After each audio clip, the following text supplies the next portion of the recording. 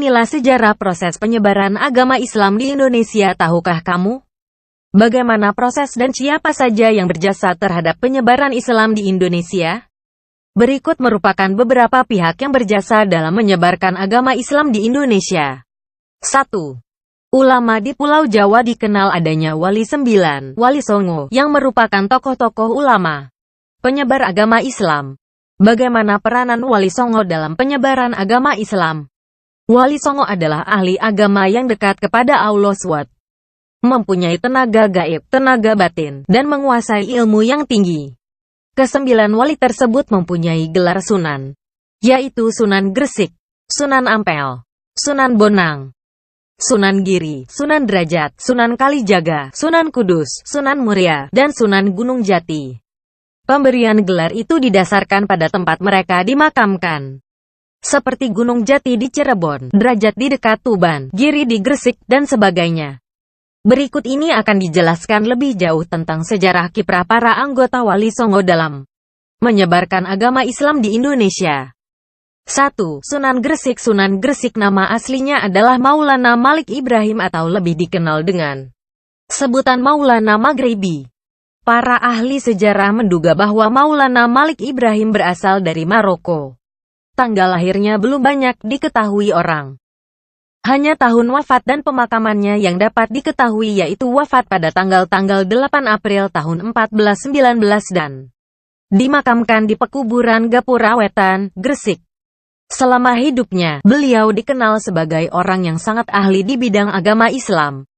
Ia sangat pandai dalam menarik simpatik masyarakat Jawa yang ketika itu pada umumnya masih memeluk agama Hindu dan Buddha. Dengan cara yang dilakukannya itu, dakwah-dakwahnya banyak diminati orang. 2. Sunan Ampel. Nama asli Sunan Ampel adalah Raden Rahmat. Ia adalah putra Maulana Malik Ibrahim dari istrinya yang bernama Dewi Chandrawulan. Beliau dikenal sebagai penerus ayahnya yang gigih dalam menyiarkan agama Islam di Ampel Denta, Surabaya.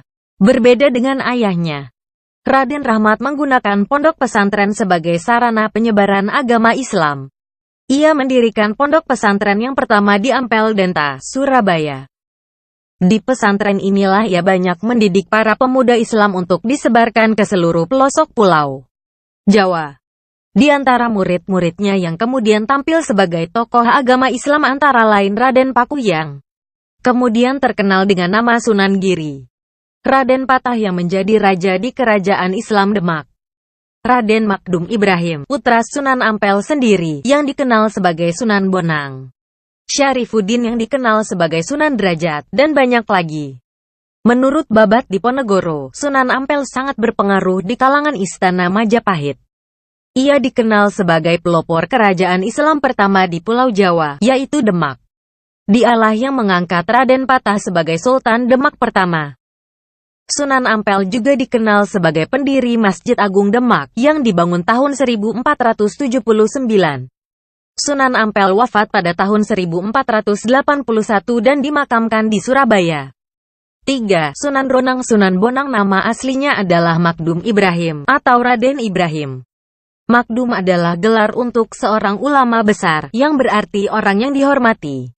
Ia putra Sunan Ampel, dari perkawinannya dengan Dewi Chandrawati. Dari perkawinannya dengan Dewi Hiroh, ia memperoleh seorang puteri bernama Dewi Ruhil, yang kemudian diperistri oleh Sunan Kudus. Setelah belajar agama Islam di Pasai, Aceh, Sunan Bonang kembali ke Tuban, Jawa Timur untuk mendirikan pondok pesantren. Santri-santri yang belajar kepadanya datang dari berbagai pelosok Nusantara. Dalam menyebarkan agama Islam ia selalu menyesuaikan dengan corak kebudayaan Jawa. Ia menggunakan pertunjukan wayang sebagai media dakwahnya.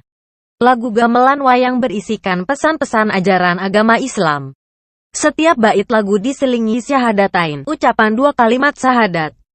Kegiatan dakwah Sunan Bonang dipusatkan di daerah Tuban. Pesantrennya dijadikan basis tempat mendidik para santrinya. Sunan Bonang memberikan pendidikan agama Islam secara khusus dan mendalam kepada Raden Patah, putra Raja Majapahit Prabu Brawijaya kelima, yang kemudian menjadi Sultan Demak. Catatan pendidikannya kini disebut Suluk Sunan Bonang, atau Primbon Sunan Bonang. yang sampai sekarang masih tersimpan di Universitas Leiden, negeri Belanda. Sunan Ronang wafat pada tahun 1525 dan dimakamkan di Tuban, Surabaya. 4. Sunan Giri. Sunan Giri nama aslinya adalah Raden Paku atau Prabu Satmata, dan sering disebut juga Sultan Abdul Fakih. Beliau adalah putra Malana Ishak yang ditugasi Sunan Ampel untuk menyebarkan agama Islam di daerah Blambangan. Ia juga bersaudara dengan Sunan Gunung Jati dan Raden Patah, karena istri mereka bersaudara. Ia belajar agama Islam di pesantren Sunan Ampel dan berteman baik dengan Sunan Bonang. Sunan Giri dikenal sebagai pejuang Islam yang bergigih. Ia menggunakan pesantren dan cara dakwah untuk menyebarkan agama Islam. Para santrinya ditugasi untuk berdakwah ke berbagai daerah di Pulau Jawa, Pulau Madura, Bawean, dan Tidore. Sunan Giri wafat pada tahun 1600-an dan dimakamkan di Bukit Giri, Gresik. 5. Sunan Derajat. Sunan Derajat nama aslinya Raden Kasim atau Syarifuddin, dan disebut juga Sunan Sedayu. Menurut silsilah, Sunan Derajat adalah putra Sunan Ampel dari istri kedua bernama Dewi Chandrawati. Ia mempunyai saudara seayah dan seibu, yaitu Siti Syariat, Siti Mutmainah, Siti Sofiah, istri Sunan Malaka, dan Sunan Bonang. Ia juga mempunyai dua saudara seayah lain ibu, yaitu Dewi Murtasiyah, istri Sunan Giri. Istri Sunan Derajat, Dewi Sifiah, adalah putri dari Sunan Gunung Jati. Dalam menyiarkan agama Islam, ia menggunakan media dakwah dan mendirikan pesantren. Ia dikenal sebagai orang yang baik hati dan suka memberikan pertolongan kepada masyarakat, seperti menyantuni anak yatim dan fakir miskin. Sunan Derajat wafat pada pertengahan abad ke-16 dan dimakamkan di Sedayu, Gresik. 6. Sunan Kalijaga. Sunan Kalijaga nama aslinya adalah Raden Mas Yahid dan sering dijuluki Syekh Malaya. Nama Kalijaga konon berasal dari bahasa Arab, Kadizaka, yang artinya pelaksana dan pembersih. Kadizaka yang karena lidah dan ejaan kemudian menjadi Kalijaga, berarti pelaksana yang menegakkan kebersihan atau kesucian. Ayahnya bernama Raden Sahur Tumenggung Walatikta yang menjadi Bupati Tuban, sedang ibunya bernama Dewi Nawangrum. Berbeda dengan wali-wali lainnya, Sunan Kalijaga berdakwah dengan cara berkeliling dari satu daerah ke daerah lainnya. Berkat kepandaiannya dalam berdakwah yang selalu logis dan masuk akal, banyak kaum bangsawan, pengusaha, kaum intelektual lainnya bersimpati kepadanya. Bahkan, Raden Patah sebagai Sultan Demak sangat menghargai pendapat dan nasihat-nasihatnya. Ia kemudian diangkat sebagai juru dakwah Kerajaan Demak. Dalam berdakwah ia mengarang cerita wayang purwa dan wayang kulit yang bernafaskan Islam. Jasa Sunan Kalijaga terhadap kesenian tidak hanya pada seni wayang, tetapi juga pada seni suara, ukir, seni pahat, seni busana, dan kesusastraan. Sunan Kalijaga wafat pada pertengahan abad ke-15 dan dimakamkan di Kadilangu, Demak. 7. Sunan Kudus. Sunan Kudus nama aslinya Jafar Sadik, tapi ketika kecil ia dipanggil Raden Untung. Ia sering juga dipanggil Raden Amir Haji, karena ketika berangkat haji bertindak sebagai kepala rombongan, Amir. Ayahnya bernama Raden Usman Haji yang menyebarkan agama Islam di Jipang, Panolan, Blora, Jawa Tengah. Sunan Kudus dikenal sebagai sunan yang paling banyak ilmu agamanya. Di antara wali Songo, hanya dia yang mendapat julukan Wali Al-Ilmi, artinya orang yang luas ilmunya. Karena kepandaiannya itulah maka banyak santri-santri yang berasal dari berbagai daerah di Nusantara. Selain sebagai juru dakwah, Sunan Kudus juga sebagai panglima angkatan perang kerajaan Islam Demak yang tangguh. Menurut cerita, Sunan Kudus pernah berlayar ke Baitul Maqdis di Palestina dan berjasa memberantas penyakit yang menelan banyak korban jiwa di sana. Sekembalinya ke Pulau Jawa ia mendirikan sebuah masjid di Loran pada tahun 1549. Masjid itu diberi nama Masjid Al-Aqsa atau Al-Manar, artinya Masjid Menara Kudus. Daerah sekitarnya pun diganti nama menjadi Kudus. Nama ini diambil dari sebuah nama kota di Palestina, yaitu Al-Quds. Dalam melaksanakan kegiatan dakwah, ia melakukan dengan pendekatan budaya. Hal itu terbukti dengan diciptakannya berbagai cerita yang bernafaskan keagamaan, seperti Gending Mas Kumambang dan Mijil. Sunan Kudus wafat pada tahun 1550 dan dimakamkan di daerah Kudus, Jawa Tengah. 8. Sunan Muria. Sunan Muria nama aslinya adalah Raden Umar Said atau Raden Said. Sedangkan nama kecilnya adalah Raden Prawoto. Namun, ia lebih dikenal dengan sebutan Sunan Muria karena pusat kegiatan dakwahnya dan makamnya terletak di Gunung Muria, 18 km sebelah utara kota Kudus sekarang. Sunan Muria adalah putra Sunan Kalijaga. Ia sangat berjasa dalam penyebaran agama Islam di desa-desa terpencil di daerah Gunung Muria. Ia tekun mendidik rakyat agar menjalankan ajaran Islam. Dalam rangka dakwahnya ia menciptakan tembang Sinom dan Kinanti yang beranfaskan Islam. Sunan Muria wafat pada abad ke-16 dan dimakamkan di Bukit Muria, Jepara.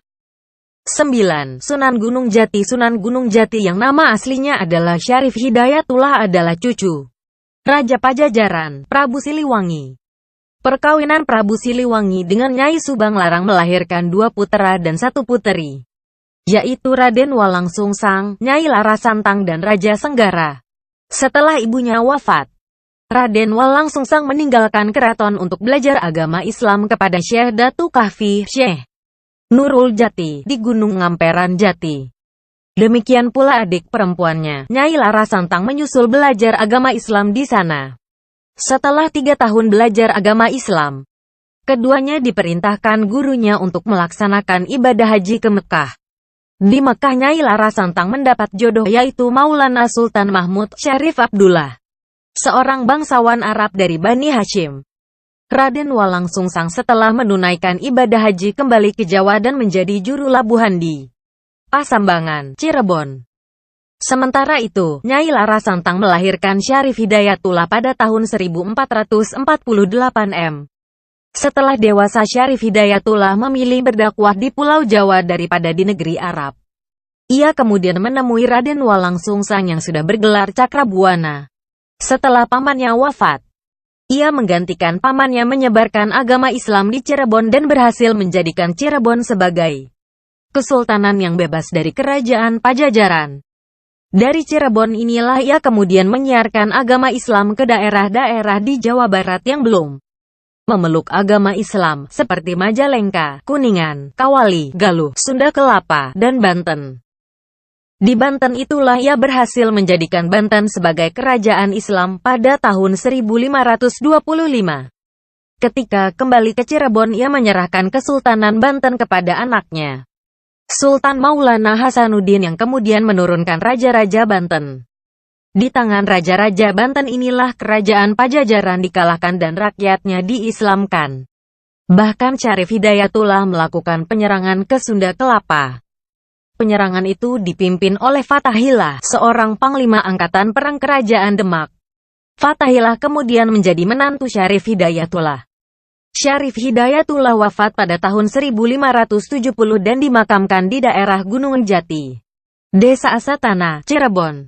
Itulah sebabnya ia dikenal dengan nama Sunan Gunung Jati sampai sekarang. 2. Peranan perdagangan penyebaran Islam ke daerah Maluku berhubungan dengan perdagangan antara Malaka, Jawa, dengan Maluku. Islam masuk ke Maluku sekitar abad ke-13. Menurut sumber tradisi, penyebaran Islam dilakukan oleh Maulana Husain pada masa pemerintahan marhum di Ternate.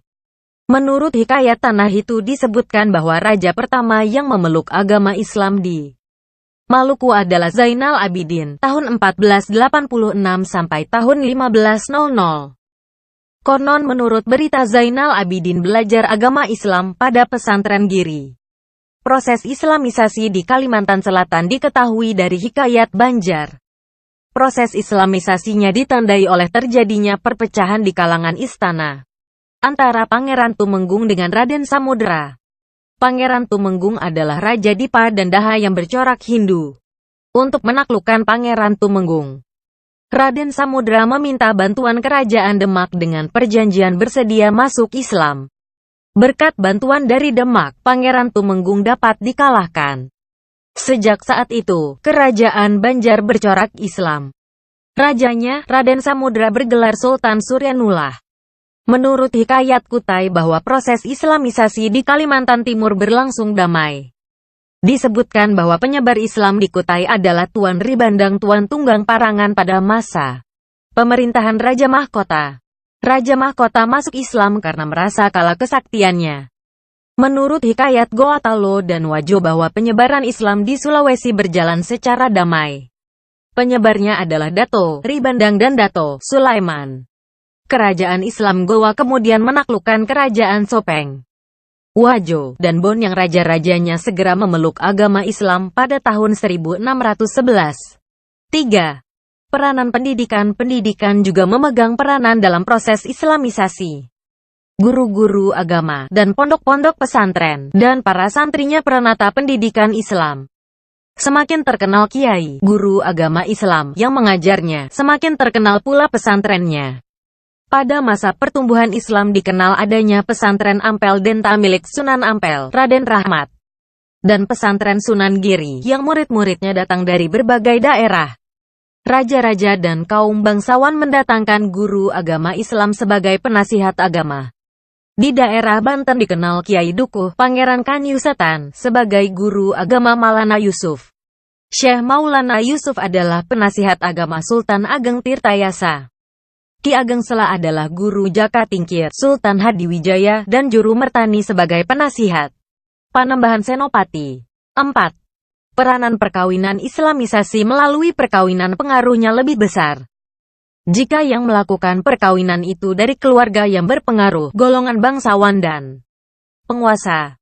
Misalnya, perkawinan antara Putri Campa dengan Putra Brawijaya. Atau antara Sunan Ampel dengan Nyi Gede Manila, seperti yang dikisahkan dalam Babat Tanah Jawa. Dalam Babat Cirebon, disebutkan tentang perkawinan antara Putri Kawungaten dengan Sunan Gunung Jati. Babat Tuban menyebutkan tentang perkawinan Putri Arya Dikara, yaitu Raden Ayu Teja dengan Syekh Abdurrahman.